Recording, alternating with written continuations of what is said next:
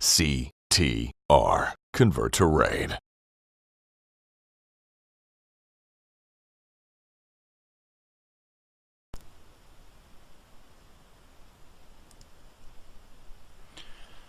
All right. Good evening, everyone. My name is Jfalcon. Everybody calls me Jay. If you're here in this channel, you're here for the Protection Paladin CTR Bootcamp. If that's not where you intend to be, now would be a good time to get off the plane. If you just want to go for a ride with us, that'd be fine too. Hopefully everyone's in the right spot. And hopefully we're going to have a good time tonight. And hopefully we'll be able to teach you a little bit more about how to be a Protection Paladin in Warlords. If you've never tanked before, never tanked on your Paladin before, I should say, we're going to try to get you up to speed. If you have done a little bit of tanking before, we're going to try to teach you what's new, and kind of how to be successful at being a Paladin and tanking in Warlords. So that's the kind of very high level goal. A little bit about me. I have been playing a Paladin since Classic.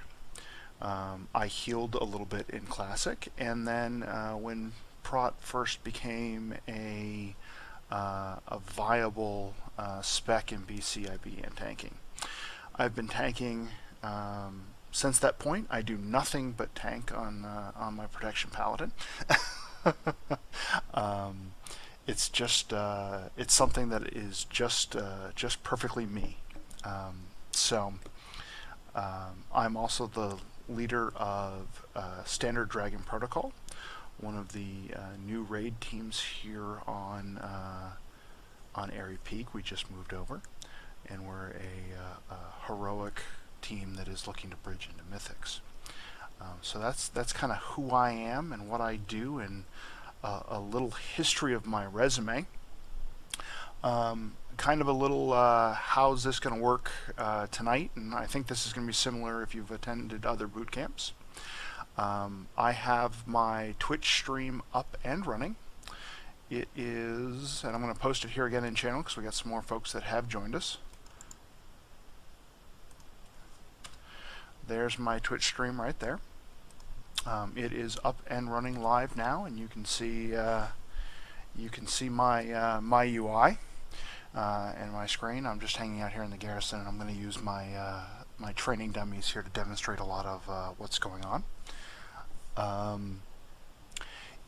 This is going to be a pretty open session. I don't mind questions coming through Mumble. If you do choose to speak in Mumble, please note that Twitch will record your question, and folks will be able to hear it later on. So if you do choose to do it, that's fine. If you don't want to do that, feel free to post questions in either the Mumble channel, and everyone who's here will see them, and I'll read them aloud. Or you can feel free to whisper me in game if you have questions. And as we go through each topic, I'll try to get through a whole section and then stop and ask if anybody has any questions. If you have a question about something I'm talking about right then and there, feel free to shoot me a whisper, and I can try to incorporate it right into what I'm saying and get that question answered for you right away. Okay. Before we get started here, I just want to say that being relatively new to CTR and all that, I'm really very happy to have this opportunity to share with you guys, and I want to thank all of the event planners for putting these together. I think they're a phenomenally good idea. I've learned a lot from the other folks, and I hope you guys will learn a lot from me.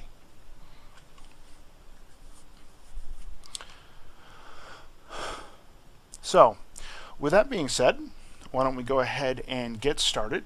And the quick agenda for what we're going to talk about tonight. We're going to do a little tanking 101, where we talk a little bit about what the goals of being a tank are. We're going to talk a little bit about the difference between vengeance and resolve, And we're going to talk about secondary stats because everybody understands what secondary stats does for their DPS, but what do they mean for a tank? Do I need crit as a tank? So we want to make sure that we understand how all the stats work. We're going to go over our talents, some of the new ones, some of the existing ones. We'll spend quite a bit of time talking about the what I'm calling the new hotness tier, the level 100. So we'll spend quite a bit of time on those. We'll talk about glyphs and where our glyphs are at a state now, and where what was added and how we can use them, and probably some situations around those.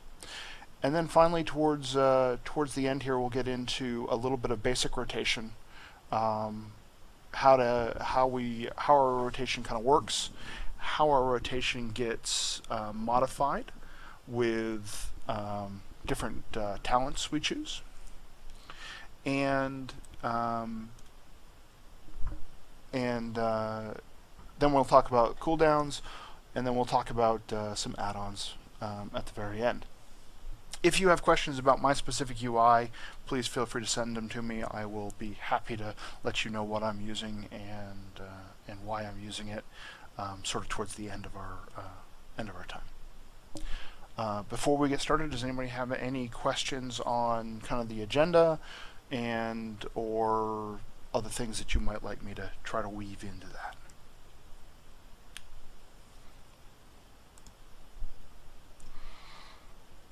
Great.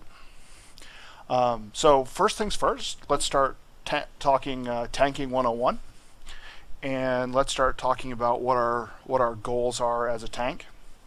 I don't know if all of you in the room are tanks, or if some of you are aspiring rep paladins or holy paladins. So I want to make sure that we start off at a relatively basic level. I really see the tank's job, and this goes for any tanks, not just paladins, as kind of threefold. The first fold, or the first piece, the first responsibility we have is to bring stability to any pull, to any boss fight, to anything that we're tanking in dungeon. Without the tank, mobs run all over the place, spells go off all over the place, and things are generally chaos. If you see a new group of raiders working on a new boss or something like that, people trying to figure things out, you'll see what looks like chaos. People running everywhere, all sorts of things going awry. It's the tank's job to try to bring stability to that.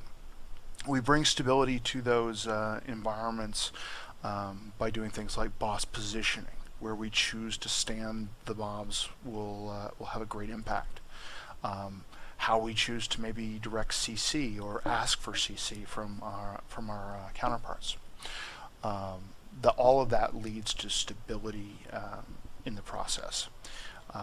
When I'm raiding, when I'm talking to my raid team, I always say that the first thing we have to do is the tanks have to figure out what they're doing, so that we're taunting correctly and adjusting back and forth correctly, so that we can bring stability to the fight. Once the fight is stable, then healers and DPS can start to figure out their pieces and their things. The second thing that we want to do as tanks is we want to focus on survivability, and that may sound a little obvious, but it's the tank's job to survive at all costs. Typically, when we're talking about tanking, we talk about the survivability in the concept of spike damage, and how do we avoid spike damage, and how can we keep the damage on an even curve, meaning damage comes in regularly so that our healers can kind of predict it. We want to make sure that we try to bring down any spikes, because when a tank dies in any sort of fight, it's typically because the boss has spiked some sort of damage there. And so our job is to try to survive by mitigating those spikes. Last, or third, and it's probably not last, but third on my list is DPS. tanks absolutely 100% have a DPS requirement in Warlords.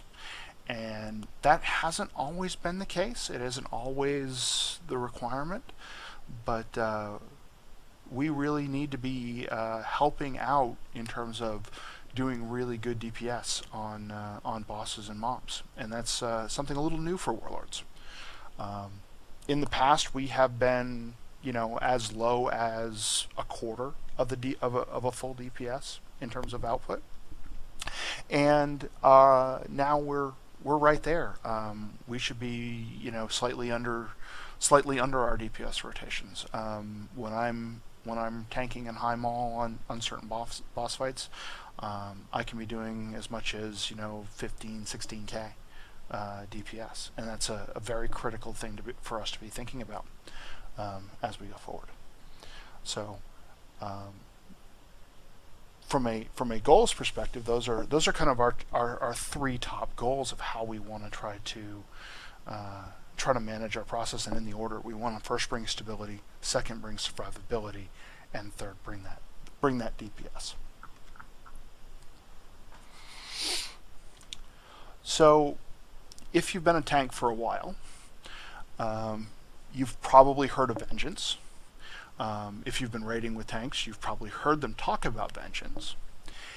And now you're hearing them talk about this new thing called Resolve. And so Resolve was added to the game in Warlords and actually replaced Vengeance. So just a really quick history of what Vengeance was. Back in the day, and this goes back, all the way back to BC, tanks would take defensive stats primarily. We would focus on things like parry and even the stat defense, while DPS were taking damage stats. And what was eventually starting to happen is that tanks would eventually not be able to hold threat. Vengeance was introduced in order to try to reduce both DPS and tank frustration as gear differentials started to drive the tanks apart. Vengeance, at its core, was a attack power buff, and that means that it was tied directly into the offensive abilities that you were able to put out, which basically ties in the amount of damage you take directly affects the amount of damage that you can output. Now, as you can imagine, or if you watch some of the world first raids through like Lei Shen and all of that, and even all the way up into the end of last tier with fighting Gary, you would see a lot of tanks doing some pretty strange things. Teams would specifically try to one-tank fights that weren't intended to be one-tanked. Tanks would sit down in the middle of their fights in order to take crits. They would stand in fire specifically to try to take crits or try to take additional damage. All of this was intended around the idea of trying to increase our damage done by increasing the damage taken. And that was really not a great scenario. It basically revolved around the idea that tanks shouldn't necessarily want to be taking more damage in order to do more damage. And that's kind of how Vengeance got broken. Resolve, which is the new replacement for Vengeance, in Warlords, decouples entirely damage taken from the damage you take from the damage you do. We as tanks have been properly 100% balanced across the damage we do. We've been balanced much like DPS, so our damage output is what our damage output is. What does Resolve do for us then? Well, Resolve is designed around increasing your self-healing and your self-absorbs. So for Paladins, and we'll talk about these spells here a little bit more specifically, but Resolve directly affects our Word of Glory and directly affects our Sacred Shield. It also affects our Eternal Flame, so all these are self-healing values, meaning that we heal more the more damage we take. Resolve is based around a 10-second window, and the damage you take more recently in that 10-second window will affect the resolve number more directly. Now, what do I need to know, or what do I need to learn in order to manage my resolve correctly? Honestly, nothing. I want you to understand what it is so that you can understand how it works in the game and what its point is, and because there's a major difference between Vengeance and Resolve. But as a Protection Paladin, basically what it's saying is, when I take more damage, my shields will do more to prevent that damage, and my self-heals will do more to heal me back up. Just kind of as a natural consequence of taking damage, you'll be able to heal more. It's really that simple. You don't really need to monitor it, and in general, I don't even have it on my UI. But it is important to know it's there, and it is important to know that if you are, say, out in the world farming and doing things like that, your Resolve or Word of Glory may not act the same, because of Resolve, your Word of Glory may not act the same way as it does when you're, say, tanking Butcher in High Maul. Okay. So the last kind of tanking 101 and the last kind of major change in Warlords is that we've heard a lot about this new healing model that all the healers got. And you may ask, well, Jay, why do I care that the healing model changed? I'm a tank. They're just supposed to heal me, right? Well, that's sort of true. The healers are supposed to throw heals on you, and that's a good thing. But it is important to understand how, in terms of our survivability goal, it is important to understand how your health moves throughout the system and to know when you are going to be in trouble so you can help your healers out.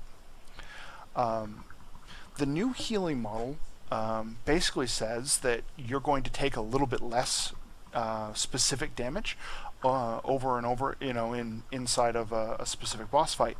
Most bosses are not supposed to be two-shotting you.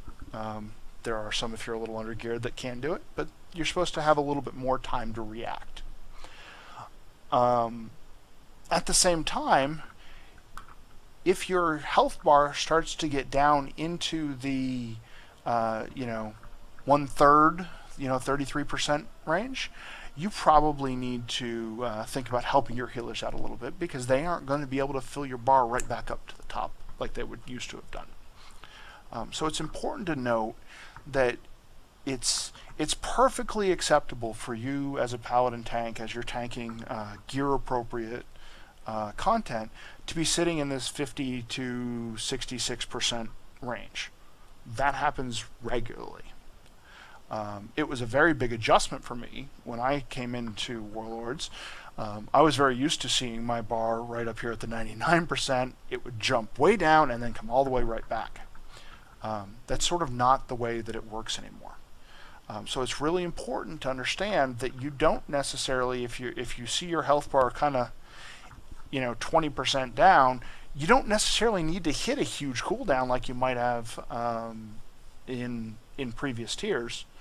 But if you see yourself way down here, you also need to know that you absolutely need to react to that situation immediately. And so that's why the new healing model and the new damage model is really actually very important, because we need to understand how our healers are going to be able to help us survive.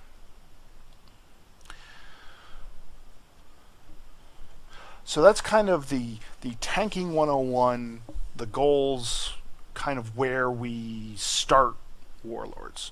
Does anybody have any questions on kind of those topics?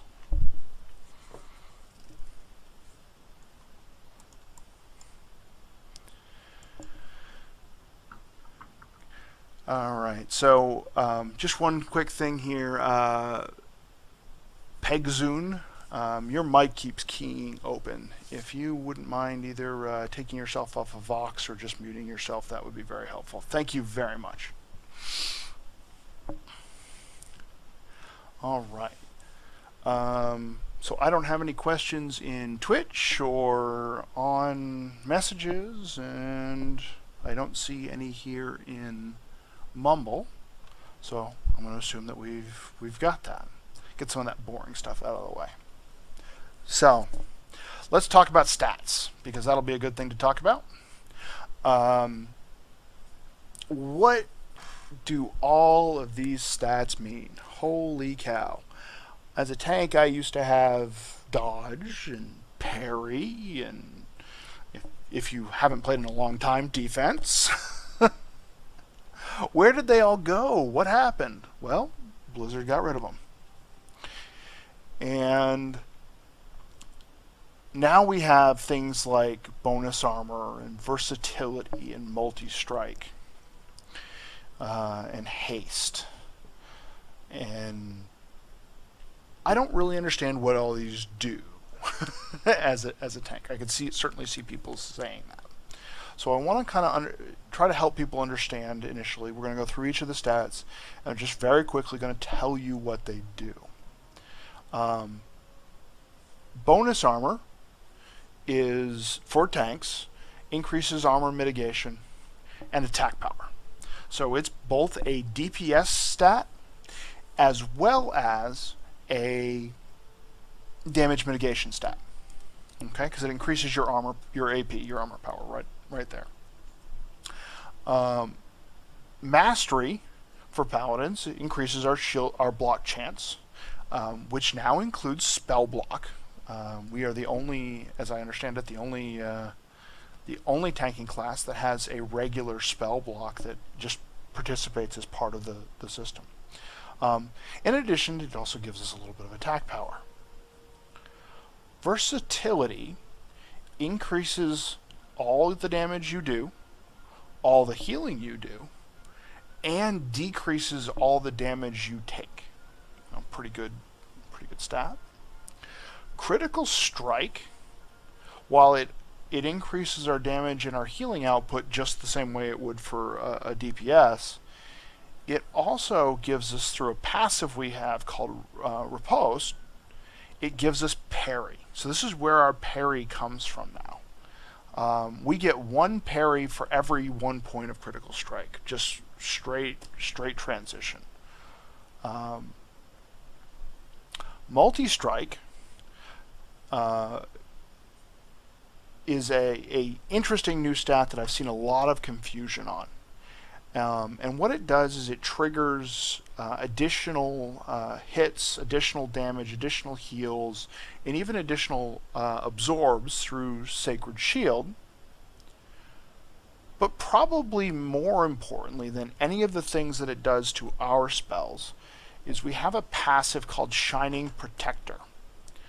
Shining Protector allows, increases the amount of healing we receive from all sources, based on our multi-strike chance. So basically, when a healer heals us, we have a chance of multi-striking that heal ourselves. So even if their heal doesn't multi-strike, just because they're healing us, we have a chance to cause that heal to multi-strike. This is sort of a lot of debate right now in the Paladin community about how good multi-strike is for Paladins. It's a tough one to sim, and sort of expect ongoing debate on this one as we get into what our stat priority is. And then last but certainly not least, haste. Haste as a protection is our protection attunement. Now, each of the secondary stats for each class and spec was given a bonus attunement, and what that attunement does is it increases whatever we have by 5%. So for protection paladins, that's haste, and so whatever haste we have, it increases that by 5% and adds it back in. The intent was that was intended to tell us this is a good stat for you. You want to go get more of this stat. Unfortunately for protection paladins, it didn't really work out that way. And so I will explain it a little bit more as we go into exactly what our stat priority is. So our stat priority, number one above anything else, is bonus armor. Bonus armor is sort of a little bit like spirit for healers. It's only able to be on the non-main pieces of gear. Your neck piece, your back piece can have it, your rings, your trinkets, but not your helm, not your chest piece, not your legs, none of those sorts of things. Okay. As a protection paladin, anywhere you can get bonus armor, you want to have bonus armor. Blizzard has specifically made this secondary stat a must-have for protection for all tanks, but specifically, for us as well. In addition to that, because bonus armor gives us attack power bonuses, you'll also see protection paladins using bonus armor pots as part of to increase their damage and survivability during fights. So we can actually, like most DPS do, we can actually pre-pop bonus armor, which will give us a nice boost to our damage, but also will increase our survivability. So as you're pre-potting and as you're telling your DPS that they need to pre-pot in raids, you guys can do the same thing now with the bonus armor pot. Be aware that you can only use one pot, and you may need a healing pot in the process. So pre-potting good, using it during the fight only if you're really, really sure you won't need that healing pot. But those are our basic stat priorities, or that's our number one stat priority. The next one is strength and stamina. And strength and stamina are roughly equal. Their strength is our primary stat, so everything we have has strength on it. And obviously that increases our attack power and our spell power.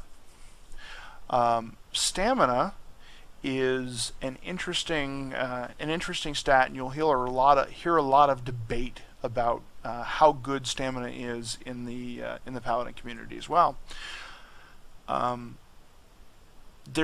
You only want to run as much stamina as you need to survive the mitigation spikes and help your healers out.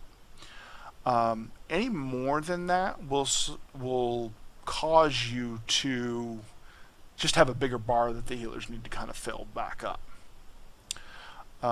It is absolutely a mitigation stat, and it is a good one. But we don't do things like completely stam stacking like has been done in the past. Okay, we're not specifically looking for huge volumes of stamina. Okay, so very good stat. When you plug your things into Ask Mr. Robot, it will ask you to take stam gems and things like that, and it's very appropriate at this level. As we get to the end of Warlords, you may actually start to see tanks move away from stamina and into other statistics because they start to think that they've got enough stamina. But at least at this point, if you have a gem socket, you're probably going to put stamina in it. Our next stat priority after stam and strength is mastery. And this is where our bonus attunement of haste sort of falls down. This should have been haste for us. It was haste last year and last expansion. Unfortunately, a lot of the changes that they've made to how spells work have had a relatively negative impact on haste. Very recently, in a recent patch, they made some adjustments to some of our passive abilities to try to improve haste.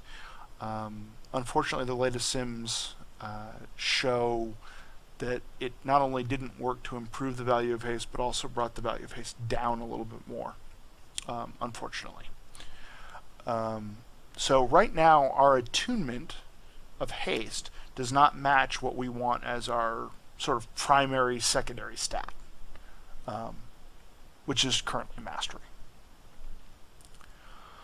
After we do after mastery, we want to have either versatility or critical strike.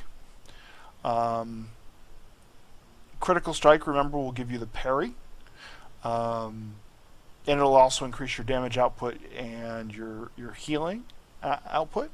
And versatility basically does the same thing, except for instead of dealing with parry, which will cause you to interrupt a single hit, it will reduce the damage across the board of any damage that you take.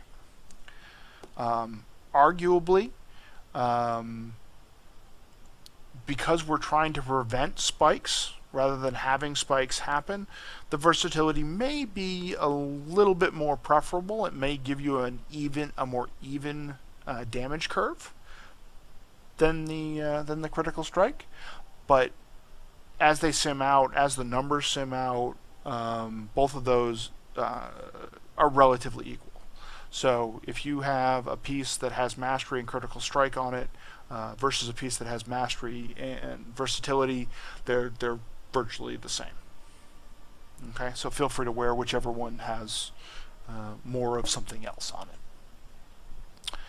it. Next on the list is multi-strike. Again, this is in a lot of the sims. This sims pretty low, and the reason for that is most sims don't take into account that there's somebody healing us.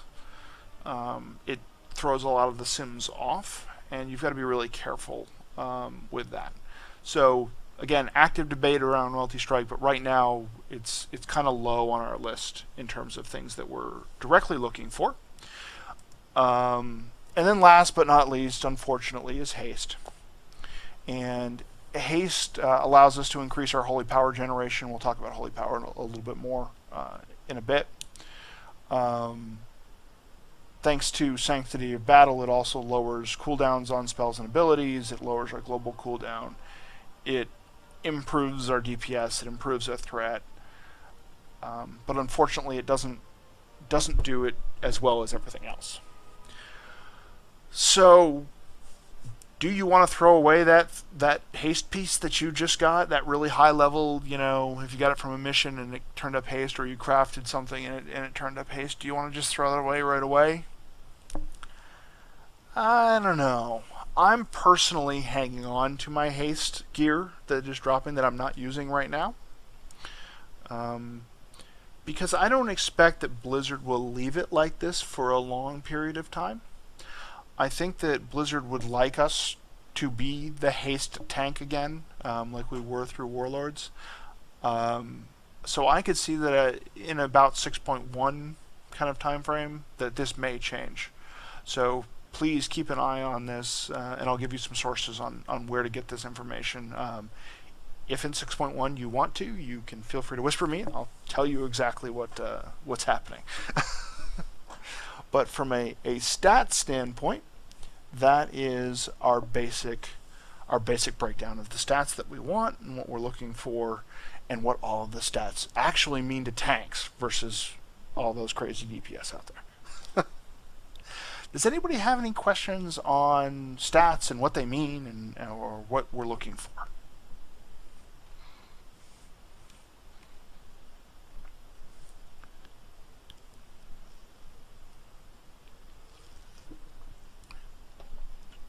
Okay, great.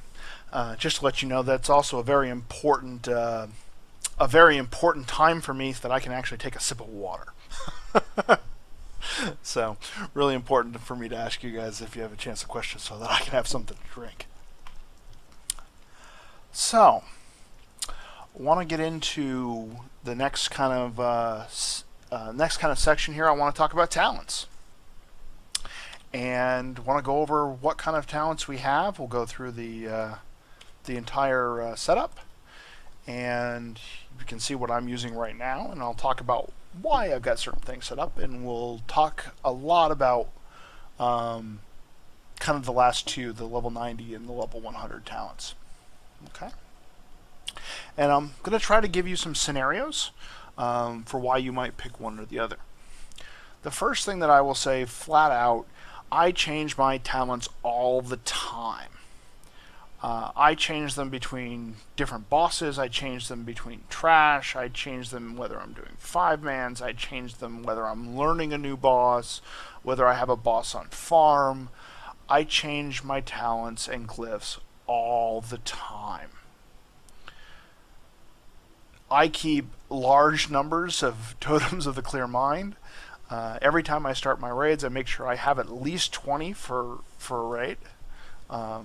Because that's how often I kind of mess with them and change them. And I think that's a great thing. It makes it really interesting and really exciting to be able to do different things and bring different things to the team. So let's start talking about the first tier. Our level 15 tier is essentially a movement speed tier. All of the talents on the level 15 tier have are movement related. We have first of all, we have speed of light, and what speed of light does is it increases your movement speed by 70% for 8 seconds. It's basically a sprint. Lots of other folks have them. Unlike warriors and druids and things like that, we don't have a charge mechanic built in. But speed of light can be used to simulate that if we so choose. We have long arm of the law. Excuse me. We have long arm of the law, which uses our judgments to increase our movement speed by 45% for 3 seconds. So really neat, really interesting talent. It is great for if you're judging and you're using that on a regular basis like you should be. It keeps your speed at an elevated level for a long period of time. Last on the list, we have Pursuit of Justice, which increases your movement speed by 15% for each holy power that you have available. So this is going to kind of give you a interesting sort of speed boost if you have a lot of holy power. If you're stacking to 5 and using the kind of the top 3, you can get a really interesting movement kind of adjustment there. My personal opinion, if you're just looking for the most kind of passive, I want movement speed but I don't need a big burst, long arm of the law is a great one. You're going to be judging very regularly. It will keep you moving at that 45% for 3 seconds as you judge. And as you can see, that'll be about 50% uptime because you should be judging about every 6 seconds. I personally don't love the flow of Pursuit of Justice. It's a little stop and go for me. It doesn't allow me to control my movement bursts as much as I'd like to, because I'm constantly using my holy power. Holy power has so much value in terms of our active mitigation that it kind of takes a back seat, and you're never going to want to hold holy power to get a movement speed buff, unless you're, say, not tanking.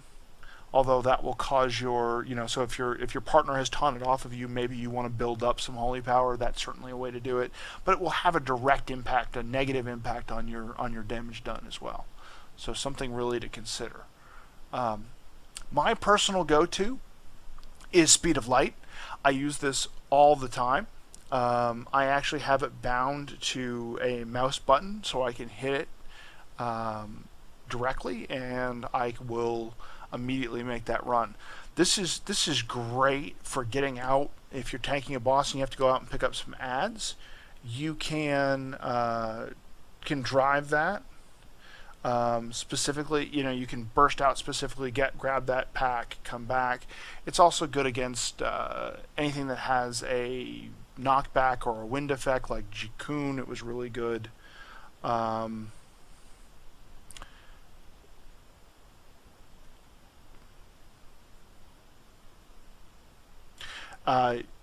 And I'm just reading really quickly. Barv said that Pursuit of Justice has the 15% flat.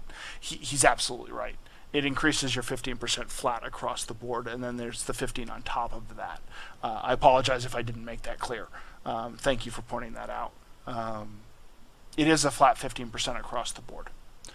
And I still, generally speaking, will prefer the speed of light if you can get used to it. A lot of times that will be, our movement comes in burst. DPS don't like us yanking bosses around very often. In fact, they'll yell at you a lot for it. Hey, you moved the boss. But yes, that is, and I do apologize for missing or not communicating that clearly. The movement speed is 15%, and then 5% for each holy power above that. So up to 30% total. Again, my personal speed of light almost all the time. Long arm of the law if I'm going to be judging a lot of different stuff. And I need kind of a higher level of movement speed all the time. But I almost always will use speed of light. So on to the crowd control 30 rank. This is our crowd control setup, and we have 3 choices again. Fist of Justice, which stuns a target for 6 seconds. Now, the Fist of Justice is and I have this somewhere. Well, it's a great stat for us. It allows us to stun a target for 6 seconds on a 30-second cooldown. So basically, it reduces our cooldown for doing our stun. I've got that around here somewhere. I don't remember where I put it all of a sudden. Oh, there it is, right there. It's the hammer of justice. So typically it's on a 1-minute cooldown, and if we take Fist of Justice, it will reduce that to 30 seconds. This is really, really helpful in boss fights that have adds that are going to be adding and things like that. Or if you have, let's take a Mercius from last year, for example. You wanted to be able to stun one of the oozes that were headed to the middle. You could do it every single time, versus Hammer of Justice, which would only do it once every other. The second one that we have is Repentance. This is our crowd control. It works just the same way as every other crowd control out there, and it's usable against demons, dragonkin, giants, humanoids, and undead.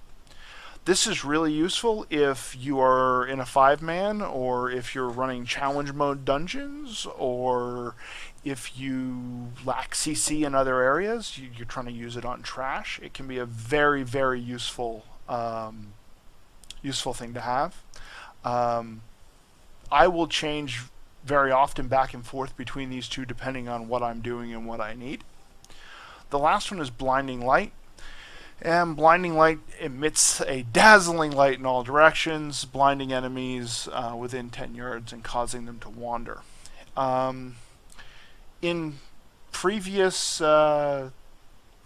expansions, we had a glyph that we could take with this, which would also knock them down, which made it somewhat useful. The Disorient breaks on damage. This is largely, unfortunately, as cool as this could be, is not particularly useful for tanking and prop paladins. We're generally doing a lot of damage to the adds around us. It can be used in some very specific circumstances with speed increases to do some level of kiting, but there are many tanks that are better at kiting than we are, specifically monk tanks and things like that. So just something to be aware of. It is there if you get into a situation where you need to use it and your DPS can control themselves so they don't hit the stuff that you just disoriented. It could theoretically be useful. I am for most fights I am using Fist of Justice unless I specifically have a repentance need. I was just out doing some things and I was using repentance, so I like I said, I had it up. The level 45 tier is our healing tier, and we have Selfless Healer. And Selfless Healer, your successful judgments, which they're always successful, or almost always successful. I don't know why they wouldn't be successful unless they, well, anyway. Your successful judgments reduce the cast time and mana cost of Flash of Light by 35%, and increase its effect if you cast it on others and it stacks 3 times. So it reduces the cast time and the mana cost. We don't really care about the mana cost as Protection Paladins. We pretty much have unlimited mana. But realistically speaking, this talent is kind of underperforming for us. This is not a typical talent that a Protection Paladin would take. We don't really want to be casting a lot of Flash of Lights. We have better spells for self-healing. And typically we want to leave the healing others jobs to the healers for the most part. This is a talent that gets very often taken by Holy Paladins, if they're not taking Eternal Flame. But for us, it's sort of underperforming. Eternal Flame consumes 3 holy power to heal an ally, and numbers and things, and then it adds a healing over time hot onto the target. Now this does, we would often self-cast this. We would cast it on ourselves, and Resolve would help this. This is essential, and this replaces Word of Glory. Now, just to be really super clear on this talent is essentially just the hot portion of Word of Glory. The actual heal that happens to us ourselves, the direct target heal, is the same whether you use Word of Glory or whether you use Eternal Flame. Eternal Flame adds that hot onto us.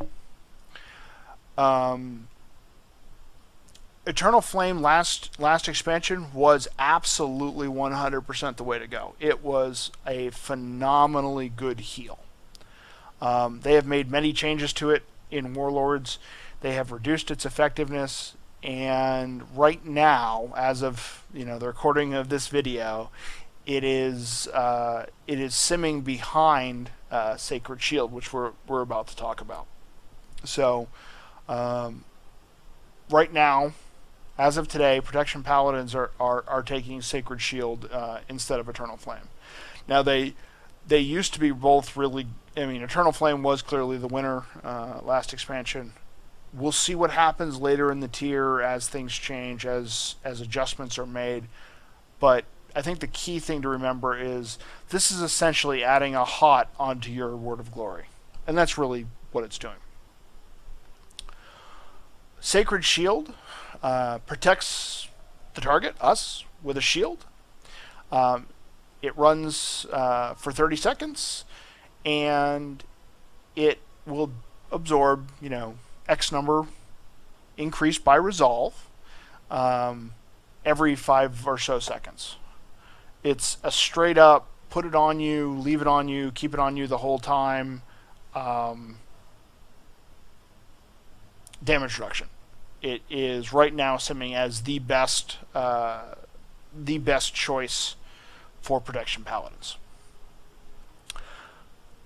The level 60 tier is a utility tier, and it allows us to bring some unique mechanics.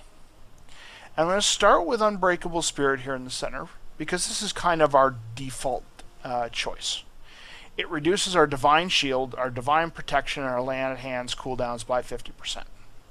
Basically, it reduces a lot of our major damage mitigation cooldowns by 50%. That's just great by itself. And unless you need something that one of these other two provides in order to kind of cheese a mechanic or to break a mechanic, this will be kind of your default setup.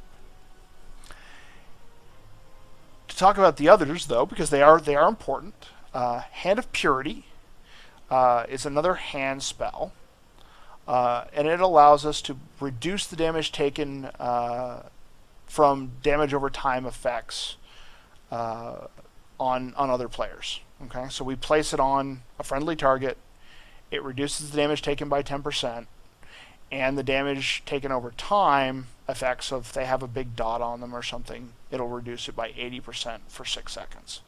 This is really, really neat in boss fights that have a really nasty dot that they'll place on a target, and we can use this to help out healers if it has that specific kind of boss mechanic with the dot. The 10% reduction of damage, not really super attractive, but that dot reduction section is really important. Clemency says all of our hand abilities now have 2 charges, which is really neat. If we are doing things like using Hand of Protection to prevent our raid members from taking physical damage, we can do that twice before it runs into its 5-minute cooldown. Okay, we used to use things like this on Thok back in Siege of Orgrimmar, and so we would take this this Clemency ability and we would use Hand of Protection to allow our healers to cast through his I forget the name of the spell now, but his sound waves that would interrupt our healers. So we would actually take this and we could do 2 different casts of this before it ended on cooldown. Really neat ability if you can use it. If you can use your hand spells, your Hand of Sacrifice or your Hand of Protection or your Hand of Freedom, to allow you to cheese a mechanic like that, or to kind of knock down a mechanic or make a mechanic significantly easier, it's a great thing to take. And definitely do that on a per fight basis. Okay. Level 75. Level 75 is our Holy Power tier. It's basically a mitigation tier, and it kind of asks us how we want to get extra Holy Power. Now, Holy Power for Paladins is the thing that we probably care about the most in terms of our mitigation. Okay? When we attack things, and we'll see this here a little bit in the rotation section, but when we attack things, we build up Holy Power. Once we have enough Holy Power, we dump it into our active mitigation and damage stats. And we get Holy Power a lot of different ways, but this tier controls how that happens. So the first one is Holy Avenger. It's a 2-minute cooldown, and it says basically abilities that generate Holy Power will deal additional damage and healing and generate 3 Holy Power. So when I attack with my Crusader Strike, which is something that generates typically 1 Holy Power, and you can see it pop up there, it would generate 3 instead. Okay, that would immediately allow me to dump that into my Shield of the Righteous, or it would let me do a Judgment, which would immediately let me cast a Seraphim. This is it runs for 18 seconds, and it's on a 2-minute cooldown. basically this is a large, your kind of large damage buff. It's your 2-minute DPS cooldown, but it also ties in that mitigation portion. This is really good in a scenario where you have a very specific area where you're going to be taking a lot of damage, or if you are having, bosses trading off in your co-tank is going to tank for 2 minutes, and then you're going to tank for 2 minutes. This is a great thing to have in that kind of window or in that wheelhouse. Okay. Sanctified Wrath says your Holy Wrath spell generates 1 holy power and deals additional damage. We're going to get to exactly what Holy Wrath is, but it sends out an AoE of bolts divided among everything inside of 10 yards. It also has a minor stun for demons and undead. Not so much an important thing for us, and actually can lead to some spike damage. But the important thing is that it's kind of an AoE burst of damage done. And you can see them pop out like that. Now that would add a holy power, and that, because that's part of our standard rotation, would allow us to have additional damage done, or additional mitigation, while increasing the damage of Holy Wrath. This is often used in conjunction with a glyph that increases the damage of our Holy Wrath spell below 20% in the execute phase. That can just make Holy Wrath really hit really hard. So if you have a fight that has a really bad enrage towards the end, or a really bad section in the last, say, 20% health of the boss, he goes frenzies or something, this can be very helpful for you. Last but not least, Divine Purpose. Word of Glory and Shield of the Righteous have a 25% chance to cause your next Word of Glory or your next Shield of Righteous to consume no holy power, but cast as if it were cast with 3. This is basically your proc-based choice, and I'm going to run through some of these while I talk and see if I can get one to proc. They will proc very often or semi-often in raids. This can be a little... It's not as predictable. It's not as precise. But it can actually have the highest amount of uptime, and although I can't get one to proc... there it goes. You can see it. It just proc. Now I can cast the Shield of the Righteous, even though I have no holy power, as if I had 3. It's the least predictable of all of them, but it has the chance to be the highest uptime, and you can also get a lot of holy power and a free Word of Glory out of it, if necessary. This is really sort of up to your play style and what you like and how the boss that you're fighting plays out. I personally really like the engagement of that proc-based Divine Purpose. I think it's fun, and I like kind of working back and forth with it. And I like to be able to kind of pull those up, and then I see a free Word of Glory pop up, and I can know that I can use it without affecting my normal mitigation routine.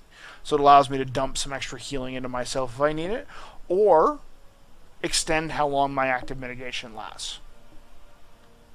So really super up to you, up to your play style, how you want to play, whether you want that constant generation, whether you like the proc, or whether you want the 2-minute cooldown. All are very good talents. Level 90 are special spells. First, we have Holy Prism. It's a beam of light, and it kind of has 2 purposes. We can either shoot it at an enemy, which causes it to radiate healing to those people around it, or we can shoot ourselves or a friendly, and it will radiate damage to all enemies around it. This has been in the past a primarily a snap aggro. It has been absolutely the winner in terms of snap aggro pickup. It has fallen out of favor a little bit now that Avenger's Shield can hit 5 targets.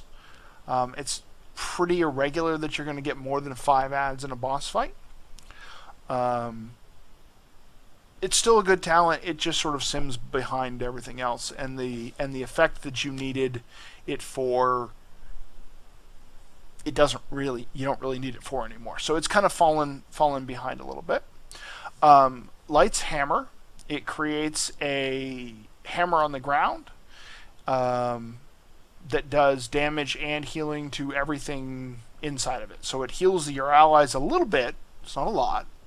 Heals your allies a little bit. And it does holy damage.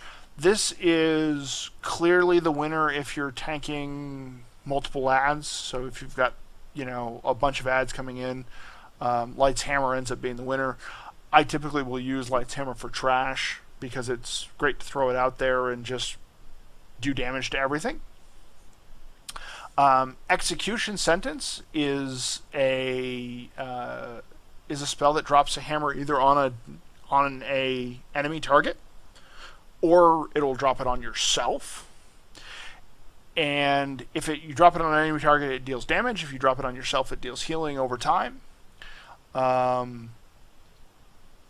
It's the best choice for single target damage. So if you're say fighting the Butcher in High Mall, you would want to take Execution Sentence versus Light's Hammer. There's only one target. It's going to outperform damage done on a single target over Light's Hammer. So the level 90 talents are pretty much situational. Choose the one based on what you're going up against. I will change these back and forth multiple times per raid.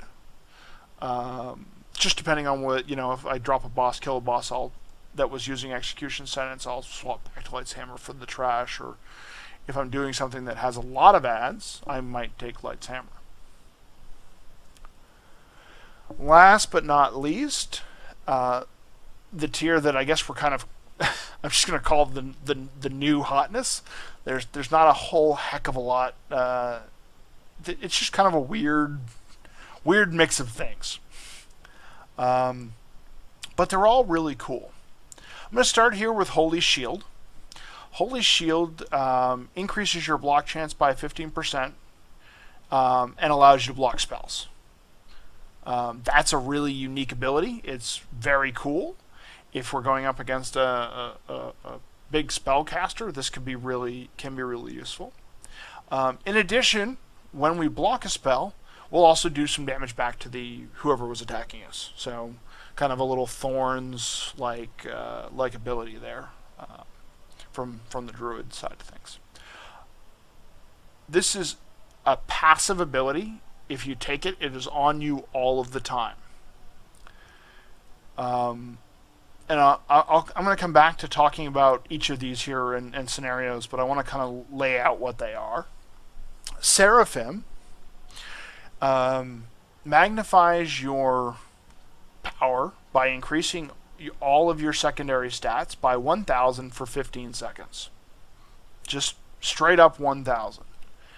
And to throw this out there, my bonus armor right now is 716.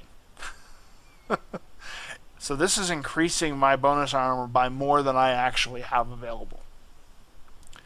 This right now is a huge bonus if you can do it. Now the downside to this one is it takes 5 holy power to cast, and that can make your rotation a little awkward and take some practice, and can leave you somewhat vulnerable if you're not careful. So this one has some pretty big upside, but it has some pretty decent downside too. The last one is Empowered Seals. And this is basically bringing the old warrior stance to paladins. As we change each of our stances between Seal of Truth, Seal of Righteousness, and Seal of Insight, we gain different things. So when we change to Seal of Insight and Judge, meaning the Judgment of Insight, we get a Hot that heals us for 1% of our maximum health every 2 seconds. If we change to Righteousness, we get a Haste bonus for 15% for 20 seconds. And if we change to Truth, we get an attack power bonus. So you can actually seal twist these and use a global cooldown to change your seals and then Judge and keep these all kind of going on you at the same time. If you are new to tanking, if you are trying to learn to be a better paladin, I would highly recommend you put empowered seals away for just a minute. It is tricky at best to use unless you are really just into that kind of play style. It is simming a little bit behind the others in terms of effectiveness, in terms of damage mitigation effectiveness. It sims behind the others. I think in part that's because the haste component is not as beneficial as we might like it to be. And it actually, right now, will actually sim behind in a DPS standpoint. It'll sim behind Seraphim. And the reason for that is that the attack power by 15% versus the straight up 1,000. If you are learning a boss, if you are new to Paladin tanking, if you are just trying to get your rotation down, absolutely feel free to take Holy Shield. There's no problem with it. It's a great talent. If you are a little more experienced in terms of playing a Paladin and have been playing a Paladin for a while, you have a nice tight rotation on your Paladin already, Seraphim is a DPS and mitigation increase. It wins the Sims pretty decisively, both in terms of mitigation and damage done. How do I use these? Well, I will use Holy Shield if I am fighting lots of enemies, doing trash, wanting to be a little lazy occasionally, just to be completely honest, or if I'm learning a new boss fight. If I'm doing, if I'm working on Heroic Brackenspore and I'm trying to learn Heroic Brackenspore and I'm trying to get all the movement down and I don't want to pay that close attention to my rotation, I don't want to really nail that rotation, Holy Shield gives me a great way to do that with a passive method. It hits that survivability goal really, really well. It loses out a little bit on the DPS side of things, but it's a great way to start learning a fight. As you get more comfortable, as you get into being more DPS conscious, you can then switch to Seraphim and start to work that Seraphim rotation. And as we go into what the rotations look like and what the rotations do, you'll see how Seraphim can get a little more complicated, and how it's not kind of the nice even flow that we would expect from Holy Shield. Okay, so to sum that up really quickly, if you're new, really start with Holy Shield. If you're a little more advanced, Seraphim is a great boost right now. And the last thing I kind of want to say about that is, because this is a static value of 1,000 versus percentage increases, we expect right now that Seraphim is going to be ahead while our gear is low, but we would expect Holy Shield to come on strong towards the end in terms of the mitigation side of our process. Okay, so don't just lock into this, oh, Seraphim's better for all of Warlords. Seraphim is better for now if you can manage the rotation. If you can't manage the rotation and you leave yourself open for wide gaps, Holy Shield is better. Okay? And please feel free to use all of the above. Any questions on On talents, I didn't see any come in while I was talking about them. But if you guys have any questions on what our talents look like and why we might use one versus the other, please go ahead and send those to me. If you have any scenarios where you might be confused about what you might do, feel free to throw those at me too.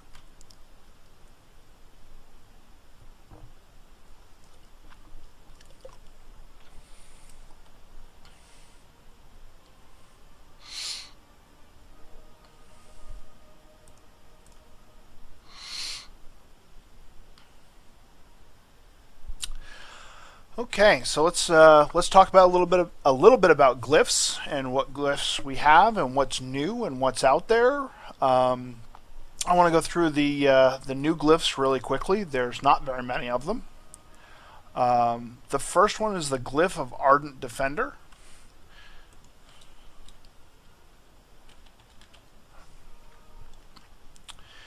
And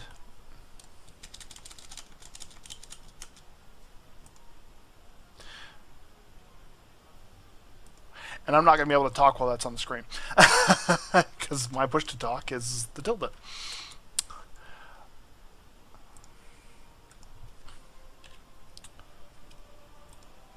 So the glyph of Ardent Defender, there we go, causes it to no longer reduce damage. Now typically Ardent Defender would reduce damage by 20% for 10 seconds. Instead of doing that, it would reset its cooldown if it's unused to 60 seconds. Now typically it's a 3-minute cooldown. It has a 20% damage reduction for 10 seconds. And if it's active, and this is the part that it's talking about being unused, if it's active, the next attack that would otherwise kill you causes you to be healed for 12% of your maximum health. This is the old Paladin Death Preventer. This used to be back when we were fighting Lich King, this used to be an automatic thing. And it's kind of survived and taken on different flavors.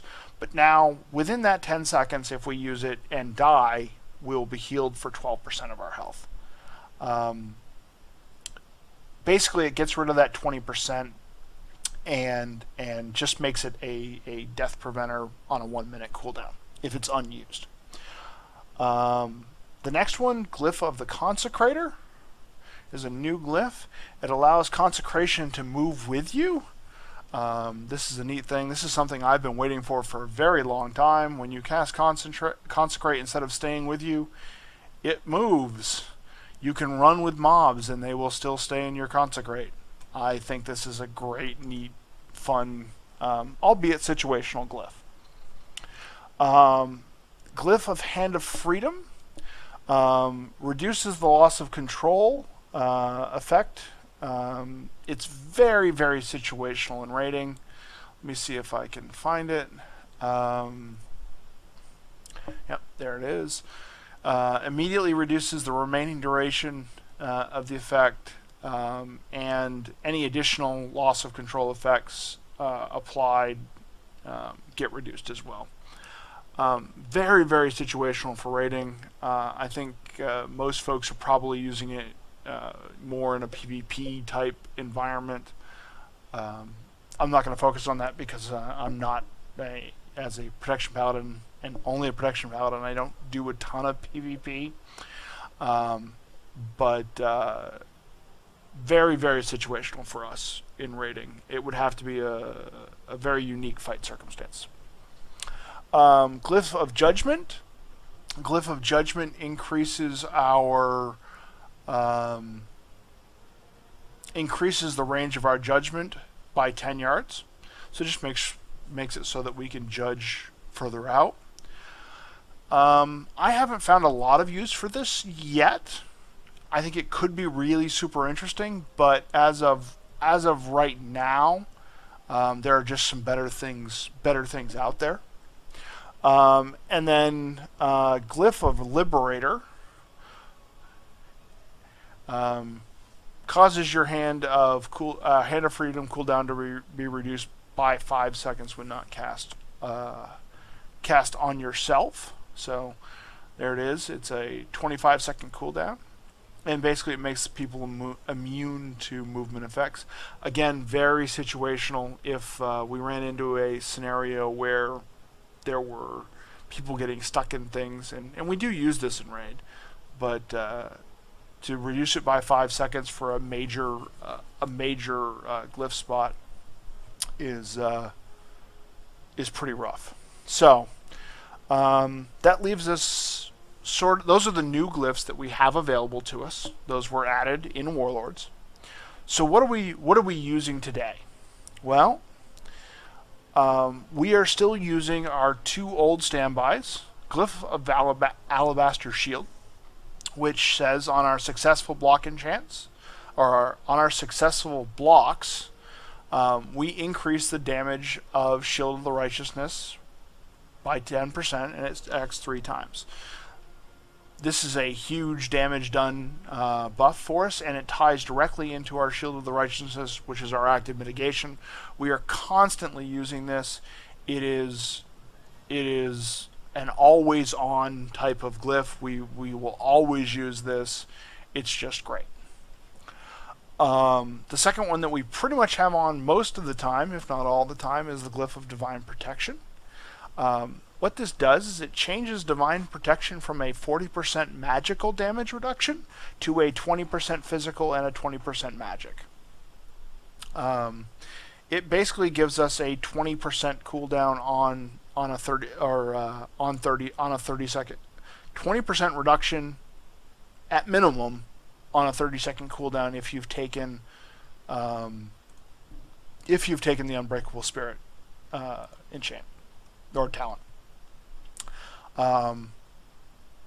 Most raid bosses are doing some level of physical and some level of magic. It turns out to just be a great combination. If you got somebody who's heavily casting magic, you certainly could take that off and reduce just the magic portion specifically. But I almost always will have this Glyph of Divine Protection on. The last one is sort of our free space, and we'll do different things depending on what we're doing. As I'm doing trash, I'll often do Consecrator so that I can run with the mobs, and then my Consecration moves with me. If I am fighting a single boss, I will use Focus Shield. Okay, and Focus Shield causes it not to hit 5 targets any longer, but just to hit a single target, but it does 30% more damage.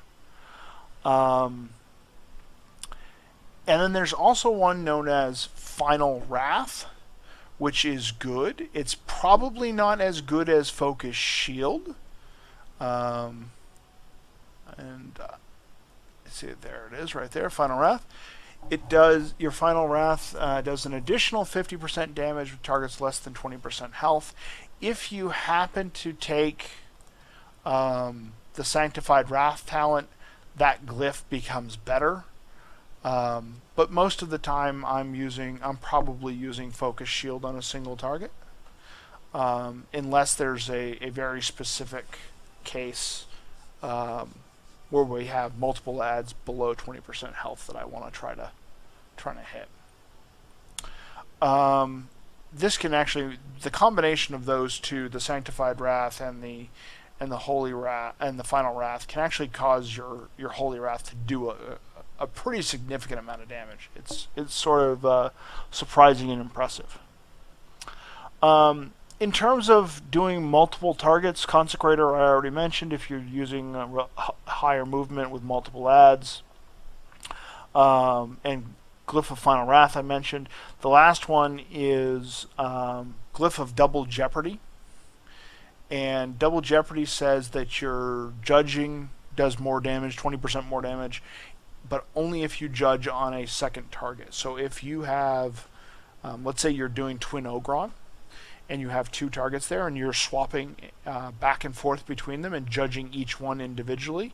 So you can judge Pol first, and then what's his name?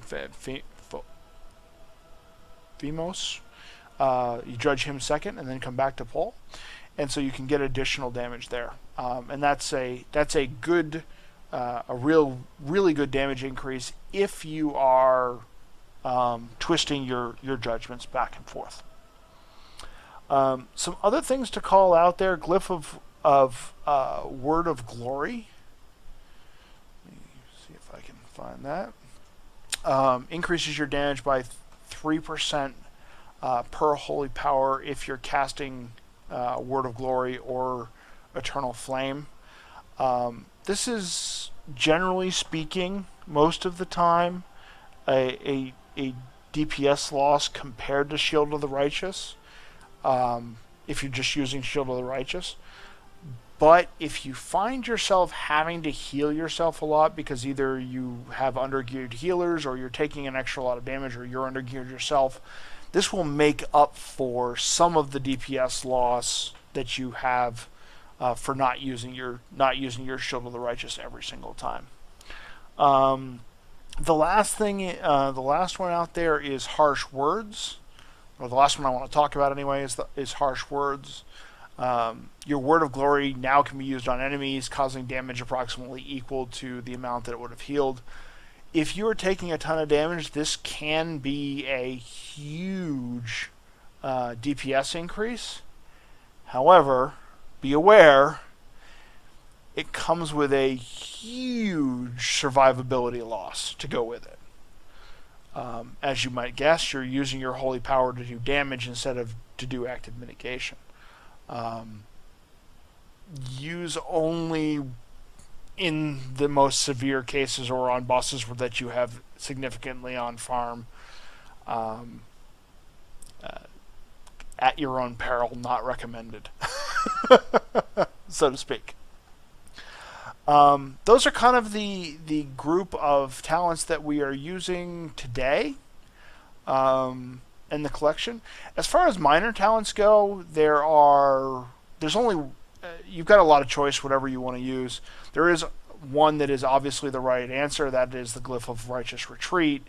That allows us to Divine Shield and Hearth Away. So that's our old bubble hearth.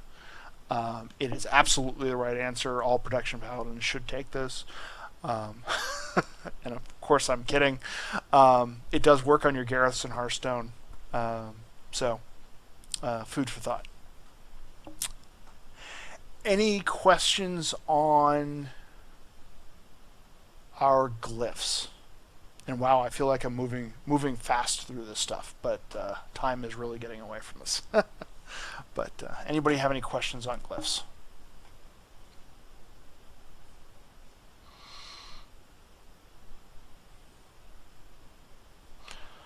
All right, so let's talk about, now that we've gotten through all of that stuff, let's talk about actually how we push some buttons.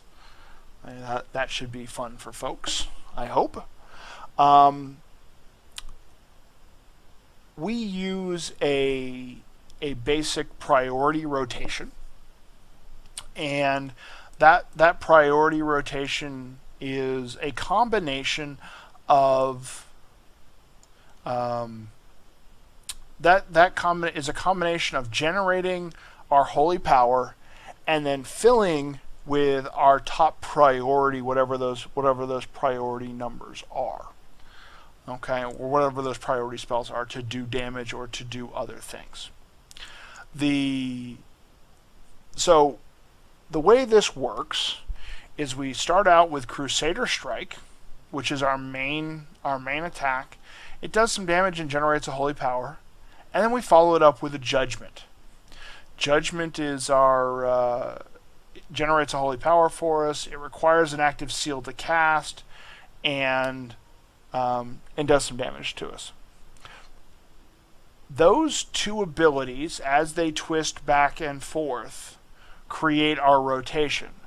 We then fill with things like Avenger's Shield, Holy Wrath, Consecration, any level 90 talents that we happen to have available, and then last but certainly not least, our Holy Wrath, or our Hammer of Wrath if they're below 20%. So that's kind of the collection of priorities that we have. Okay? So our first priority is always Crusader Strike. If Crusader Strike is off of cooldown, we want to use it. The second priority is Judgment. If Judgment is off of cooldown, we want to use it. Third priority is our Holy Wrath if we took Sanctified Wrath as a talent. Okay? And that means it's going to generate a holy power for us. Okay? If we did not take Sanctified Wrath as a talent, our next priority in the list is Avenger's Shield. After Avenger's Shield is our level 90 talent. After the level 90 talent, if we did not take Sanctified Wrath, we use Holy Wrath. I'm sorry, let me correct that. If we're below 20%, we use Hammer of Wrath.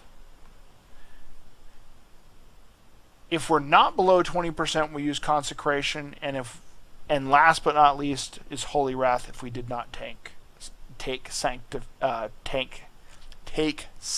Wrath.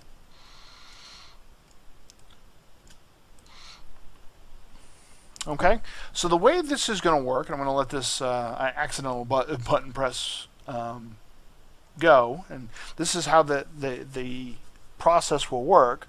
We use a Crusader Strike, then a Judgment, and then our top filler, which is Avenger's Shield.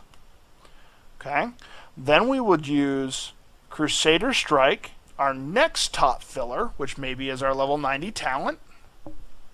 Okay, and then we would use Judgment. We would then Crusader Strike and have two fillers that we would then use, which might be our Consecration and then Holy Wrath. Okay. Now these numbers are not lining up as you're looking at them right now because I'm not doing them fast enough. I wanted to kind of just to show you and explain them. But let me go ahead and actually do these in practice. Okay. So Crusader Strike, Judgment, Avenger's Shield, Crusader Strike, level 90 talent if I had it, Judgment, or should have been Crusader Strike and then Holy Wrath. So let me do that one more time here because I spent too much time talking. We're going to let these come off a cooldown real quick. So Crusader Strike, Avenger's Shield, that, Crusader Strike, Judgment, and so as we start to get into this, we start to see our rotation develop, and eventually you'll get to a point where you have some gaps in your rotation, right? And so as you end up developing those gaps, that's when you do things like fill in a filler of Sacred Shield. Also, as you build your holy power, you want to add in a Crusader Strike. Your Crusader Strikes are off of the global cooldown, and you can fit them in whenever you have the opportunity to do so. Your Crusader Strike is your active mitigation, and it causes you to take significantly less damage for 3 seconds. Okay? So that's how that sort of works. Use your Shield of Righteousness as it becomes available. You don't have to pool up to 5 holy power if you don't want to. You can use it right at 3 if you need to. A lot of Paladin tanks will start off their rotations by building immediately to 5 instead of using the 3 right away because we're not significantly in a lot of danger right away. Okay, so we'll pool to 5, and then we'll have the ability to put together 6 seconds of active mitigation very quickly if we need to. The basic rotation, the basic play is Crusader Strike, Judgment, and then whatever else you have. Now, you can see my Avenger's Shield lighting up, and Avenger's Shield, if it procs based on the different attacks that were the Crusader Strikes and the Judgment that we're doing, will generate an additional holy power. So when do I press that button? Well, Avenger's Shield is already a really high priority for me, so I'm going to press it whenever it's available, regardless of regardless of the holy power that it's generating. It's just going to follow my judgment and my Crusader Strike and my judgment pattern. So it doesn't change its priority based on whether or not it's going to generate you a holy power, but it's good to know that when it procs that's what it's doing. It's just adding an additional holy power for you. Now, if I take the talent Seraphim, and I'll go ahead and do this.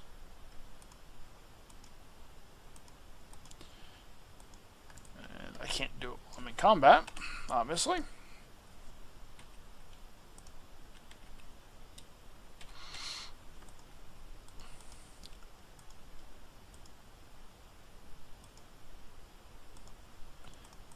And apparently I'm still in combat with a training dummy. Let me run away from the training dummy. It's attacking me. Oh, goodness.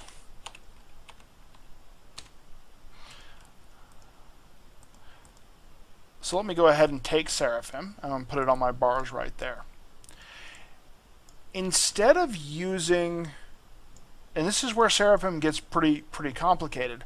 As I'm doing my rotation, normally I would hit a Shield of the Righteous as kind of often as I can, as I'm kind of just actively mitigating the damage incoming. I might save it for a split second, or for if I know a big attack is coming in, I might save it for a couple of seconds. But generally speaking, as soon as I get into that, either if I'm pulling to 5 or to 3, I will take and use that Shield of the Righteous.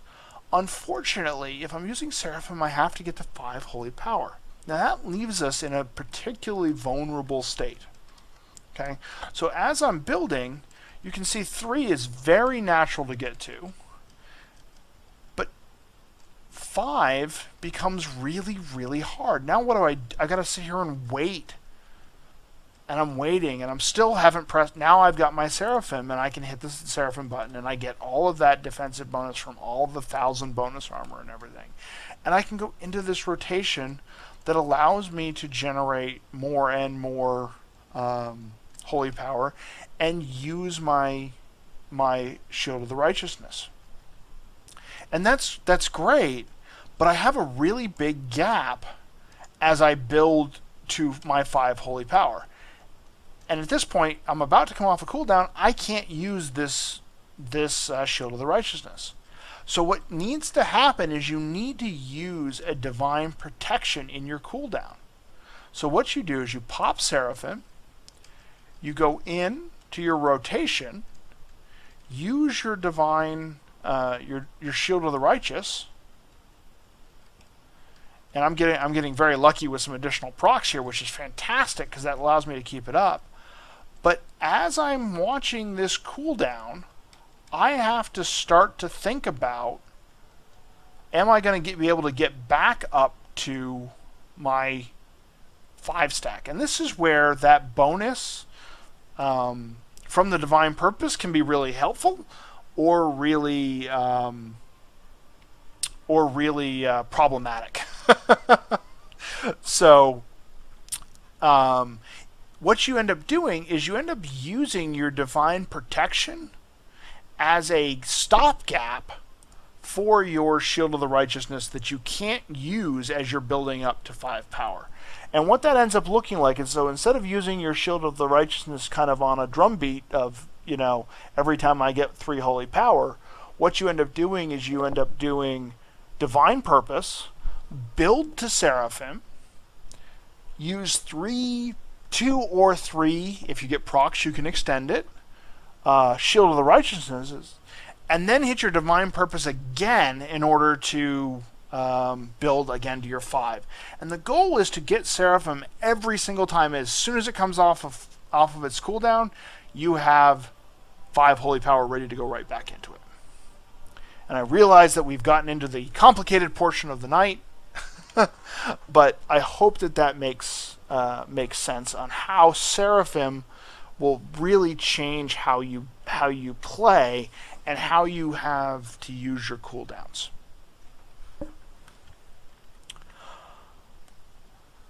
So that is kind of the end of the rotational section. Does anybody have any questions on the rotation and how the rotation works with the Crusader, Judgment, Filler, Crusader, Filler, Judgment, Crusader, Filler, Filler, and then back to the Judgment, Crusader, Judgment, back to the top again?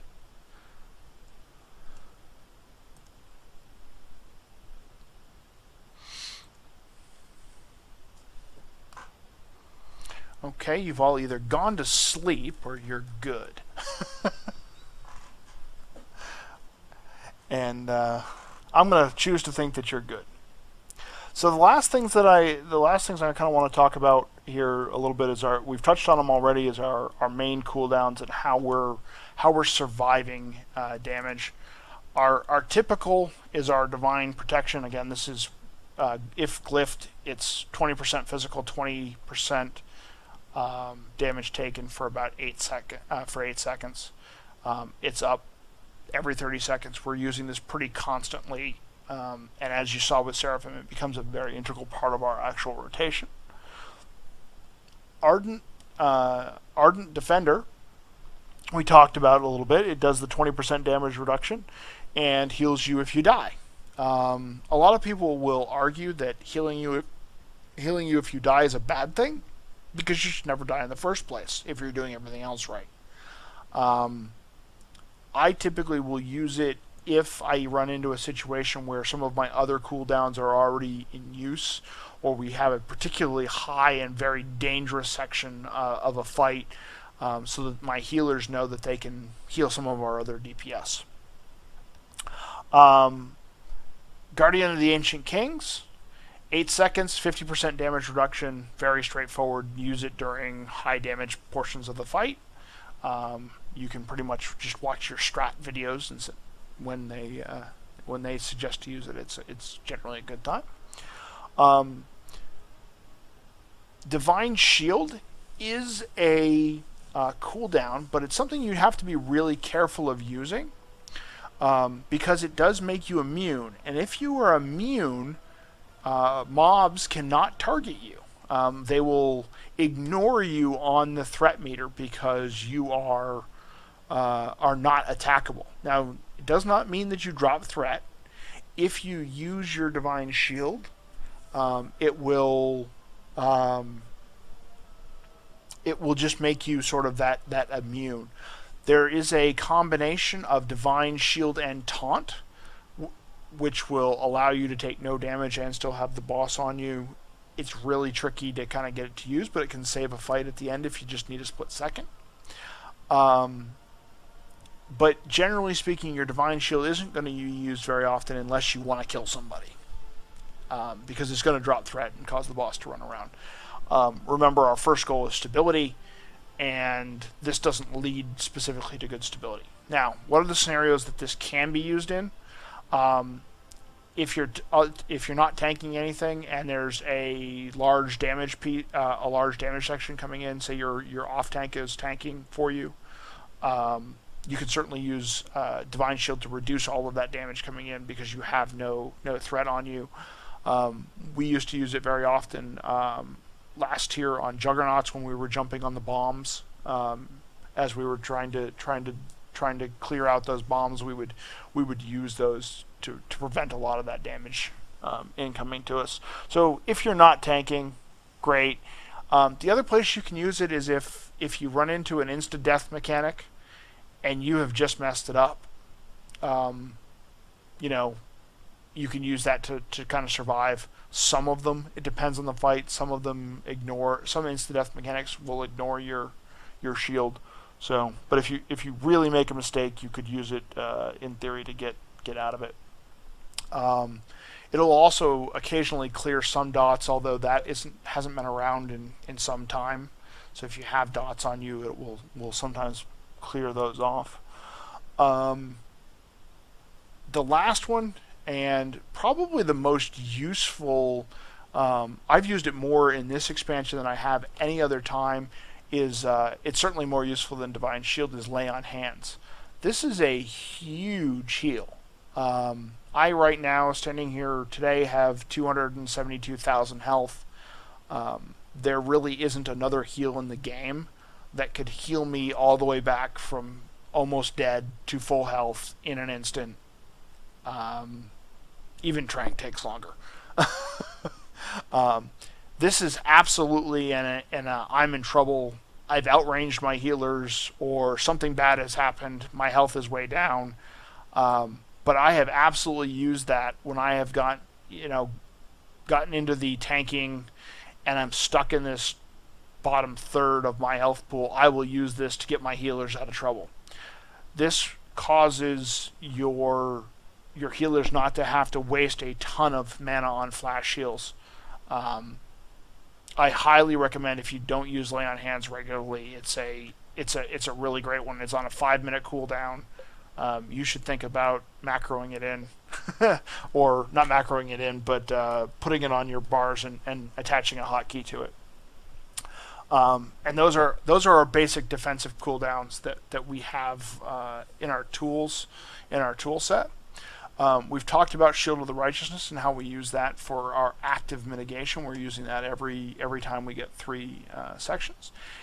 And so the last kind of piece of paladining, well, that's weird, of being a paladin, is seals, and basically these are now stances. Just like warriors, we now have basically stances. Seal of Truth is essentially a DPS stance. If we are attempting to do more damage to bosses, we can do that by using Seal of Truth. Seal of Righteousness is our AoE tanking stance. So this will cause us to do damage to all of the mobs around us. Again, it's a damage doing stance. And then Seal of Insight is it fills you with holy light, causing you to increase, giving you a chance to have it heal you. Typically on a progression boss, most of the time you are in Seal of Insight.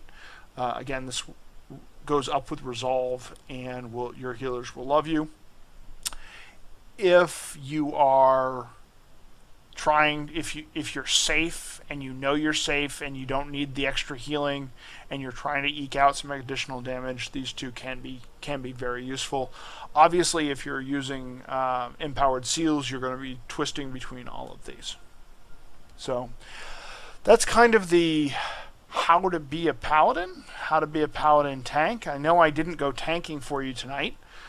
It's really, really hard to talk and tank at the same time, and I don't want to subject anybody to to stopping a run. But I hope you've gotten a lot of good information out of this. I hope you've learned kind of what our abilities are and how we might use them, and some of the scenarios where they are better in certain areas. Just some resources for you out there. There's some really, really good ones. Obviously, Icy Veins is a great place to get information on how to tank, some additional information to stay up with. There is a website out there called Main Tankadin that has been around for a very, very long time. It has lots of great information on it. I highly recommend that if you're interested in just kind of following the paladin tanking community, that you check out Main Tankadin. And I would certainly be remiss if I didn't mention probably our main protection paladin theory crafter. It's a gentleman by the name of Thek. His Twitter handle is @ThekPhD. He works on SimC and does a lot of the simming for us. He is widely considered to be very, very knowledgeable in terms of the actual math behind it, and he has a blog over at sacredduty.net. Where you can get a lot of all the sims that I've mentioned in this are kind of his sims. They're based on the information that he has pulled using SimC and calculating all of these things out. His blog is a little bit math heavy, so if you want to see the math, it's great. It's all there. But he also does a great job of kind of rounding it out as a too long to read, just kind of tell me what I need to know. He does a great job at that. He also has a brand new podcast called Tankcast out there. So if you're looking for podcasts to listen to as a protection paladin, you can get some really great insights by listening to him there. Ask Mr. Robot is usually pretty good in terms of protection paladin gearing and stat sections. They work with Thek to actually come up with the metrics, and they work with him directly. So great resources out there. Other information, there's great tanks out there to watch. Sloot is phenomenal to watch. Trekkie is phenomenal to watch in terms of watching these guys. The one word of caution I will give you is that these guys are really playing on another level. And if they're done progression, you may see them do things like experimenting with haste or some of these other talents that maybe you don't want to follow them all. So try to understand and take with a grain of salt some of the things that they do versus what you're trying to do in terms of gear and progression. But amazing to watch those guys play. Last but not least, just some UI add-on type stuff. Obviously, you can see here I'm using ElvUI as my base UI. I think it's really great. It's the first time I've used it. But there's a couple of add-ons that I think are really crucial to having good success as a tank and as a protection paladin specifically. The first is weak auras. You can see that I have a weak aura here that's flashing at me. It makes noise. It does all kinds of things. It's telling me right now that I'm in combat and my sacred shield is down. That's something I want to keep up all the time. It works for Eternal Flames. I highly recommend folks get weak auras. You can find it on Curse. It's called Weak Auras 2. The next one that I personally use Tidy Plates. And I use Tidy Plates by itself. There is no more Threat Plates add-on necessary. I use it. It changes all of the.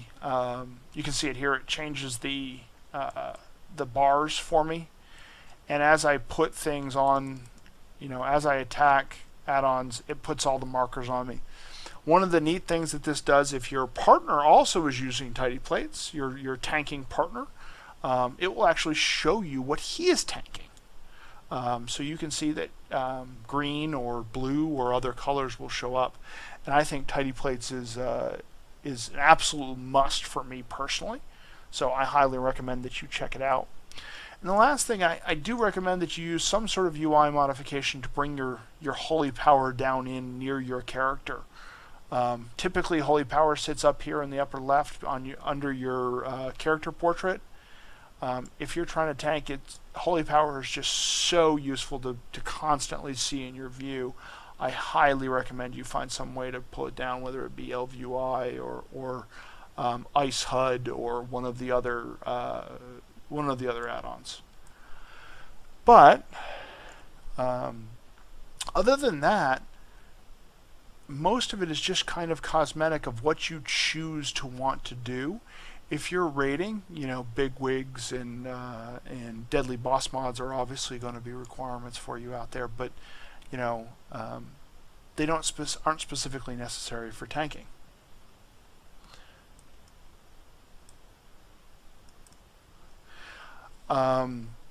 So, if anybody has any questions as we wrap up, let's go ahead and send those any questions to me. I do have one. I'm going to read it here quickly, and then I will get back to you.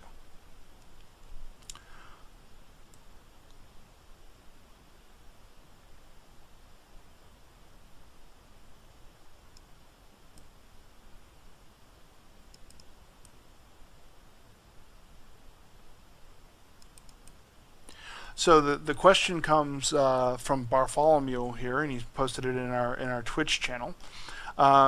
He says, as a healer, I thought learning about Holy Shield was pretty exciting, blocking spells, it seems like a pretty cool, unique strength of the prop pally, and I absolutely agree. I am very much looking forward to when the scaling of that 15% becomes makes it the number one thing. Really cool. But what specific weaknesses does a prop pally have compared to other tanks? What situations can cause you trouble for your healers, and things that healers might want to be looking out for? Well, so there's a couple of things that prop pallies have as a weakness. One, we don't have a lot of instant move abilities. We do have our speed of light, but we can't charge back in. So we kind of have to run wherever we want to go. That can cause some unique problems, especially if a boss has a get away and then come back kind of mechanic. We usually can avoid it, but we're not kind of instant there on a knockback like a druid or a tank, a druid or a warrior would be. The other thing is that our active mitigation only lasts for 3 seconds. Newer protection paladins can fall out of that rotation of generating 3 holy power and getting the shield of the righteousness up. It's a kind of a small window that we can kind of get hit a little hard there. Another area where you kind of have to watch out for paladins is if we haven't had a chance to generate holy power yet. Everything is based on our holy power, and if we haven't had a chance to generate that, say the beginning pull, the initial pull of a fight, we could get into taking a few hits while we work through 1, 2, 3, 4 spells. So 4 global cooldowns. It can be a little bit touch and go, whereas some of the other tanks don't have some of those issues. They have their global cool or their they can get their active mitigation up a little bit more quickly. You will see that's actually kind of a little similar to monks, which need to get their stagger up and all of those things too. So we have a little bit of similarity there. Does that answer some of your question? And if not, go ahead and rephrase, and I'll try to give you some more. You are very welcome. I'm glad you guys had some insights and some new ideas. So thank you.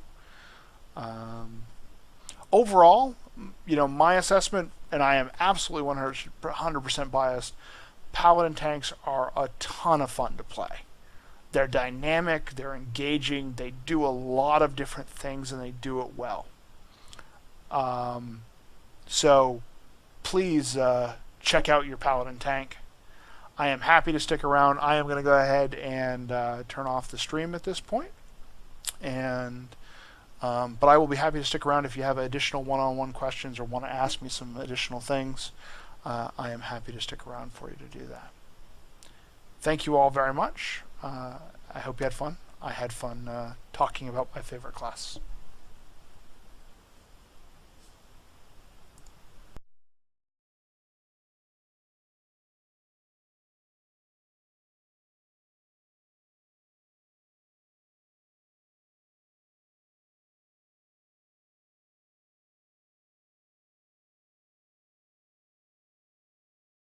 CTR. Convert to raid.